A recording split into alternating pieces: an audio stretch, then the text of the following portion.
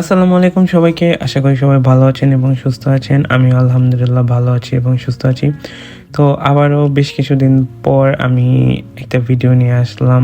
বেশ কিছুদিন বলার কারণ হইতেছে নতুন সেমিস্টার শুরু হইছে। নতুন সেমিস্টারে সবকিছু গুছাইতে মোটামুটি একটু টাইম লাগতেছে। তো এগুলা আমি অনেকদিন আগের শ্যুট করে রাখছিলাম, তো এখন টাইম হয়েছে, সো আমি এগুলা করতেছি।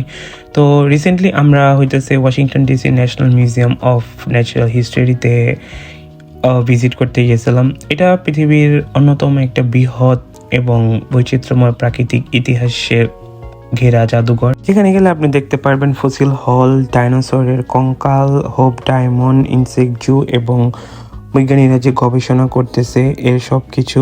এবং এর অন্য পাশে দেখা যাবে হইতেছে আমাদের পৃথিবী এবং পৃথিবীর মানুষ, মানুষের মানব পরিবর্তন, গুহাচিত্র এবং সমুদ্র চিত্র।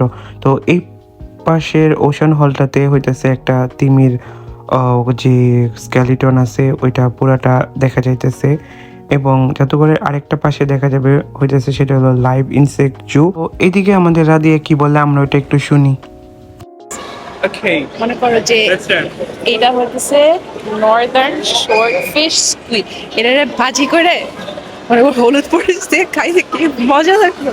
You have no idea. ঠিক আছে, চলো আমরা আজকে থেকে নিয়ে যাই। Okay. আমরা ভাজি করে So here Radia is saying we'll take this in home and we will be doing a deshi fry in home. So let's do take it.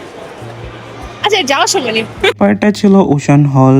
এখানে বিশাল তিমির কঙ্কাল থেকে শুরু করে সমুদ্রের নিচে অজানা জীব এবং এর পরিবেশ কেমন, তাদের কেমন কয়টা ভিন্ন প্রকৃতির আছে এবং তাদের পরিবেশ রক্ষার্থে আমাদের কি করা উচিত এবং কি না করা উচিত সবই এখানে হইতেছে দেওয়া ছিল। এবং আরেকটা পাশে এই জাদুঘরে দেখা গেছে বিজ্ঞান ও গবেষণা। এখানে দেখা যাইতেছে যে শুধু যে আপনি এখানে দেখবেন বা এরকম কোনো কিছু না, এখানে বহু বিজ্ঞানীরা তাদের পরিশ্রমের ফলে আমাদেরকে তারা জলবায়ু পরিবর্তন, প্রাণীর জিন পরীক্ষা সহ জীবাশ্ম বিশ্লেষণ এবং অনেক অনেক সুন্দর সুন্দর পিকচারও তারা ওইখানে ক্রিয়েট করে রাখতেছে।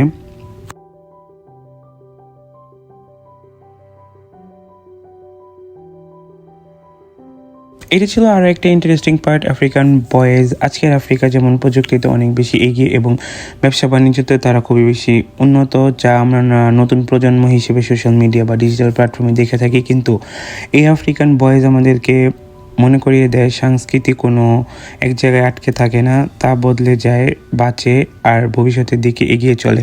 তো এই পার্টটাতে তাদের পোশাক, তাদের চলাফেরা, তাদের সমাজ ব্যবস্থা এবং তাদের ব্যবহারযোগ্য সকল জিনিসপত্রের একটা ছোঁয়া ছিল। এবং আমরা এখান থেকে জানতে পারলাম যে তাদের অবস্থান কোথায় ছিল এবং ওই অবস্থান থেকে তারা কোন দিকে ধাবিত হয়েছে। তো এই পাশে আরও আমি কিছু ক্র্যাব বা কাঁকড়ার ডিফারেন্স দেখলাম, বা কত কাইন্ড অফ বড় ছোট থেকে শুরু করে সব কিছুই দেখলাম।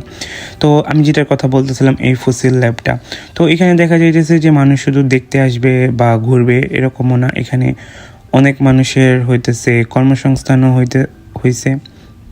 ইন্টারেস্টিং পার্ট হইতেছে ডিসির কোনো মিউজিয়ামে বা এসব জায়গাতে ঢুকতে কোনো টাকা পয়সা লাগে না, তো আপনি আসলে চাইলে ফ্রিলি ভিজিট করতে পারবেন। So which is most interesting thing.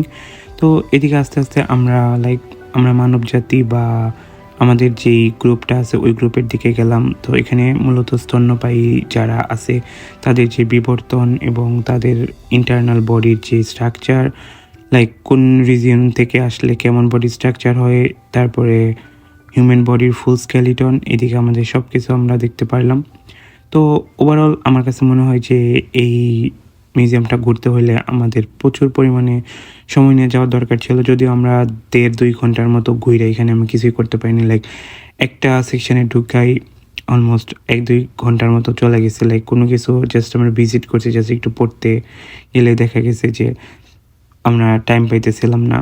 যেহেতু আমাদের আরও অনেক জায়গায় যাওয়ার কথা ছিল, তো আমরা জাস্ট টুকটাক দেখছি, কিন্তু আমি ভাবছি যে আবারও আমরা একদিন যাব। তো এখানে জাস্ট দেখেন যে মানুষের সামান্য একটা মাথার খুলি কি পরিমাণের চেঞ্জ বা বিবর্তন হয়েছে। তো এই যে কালার বিবর্তনে আমরা কিভাবে থেকে কিভাবে হয়েছি সব কিছু এখানে ছিল। তো এই ছিল আজকের মতো ভিডিও। যারা আমার ভিডিও দেখেন বা যাদের আমার ভিডিও ভালো লাগে লাইক কমেন্ট এবং শেয়ার করবেন। আজকের মতো আসসালামু আলাইকুম।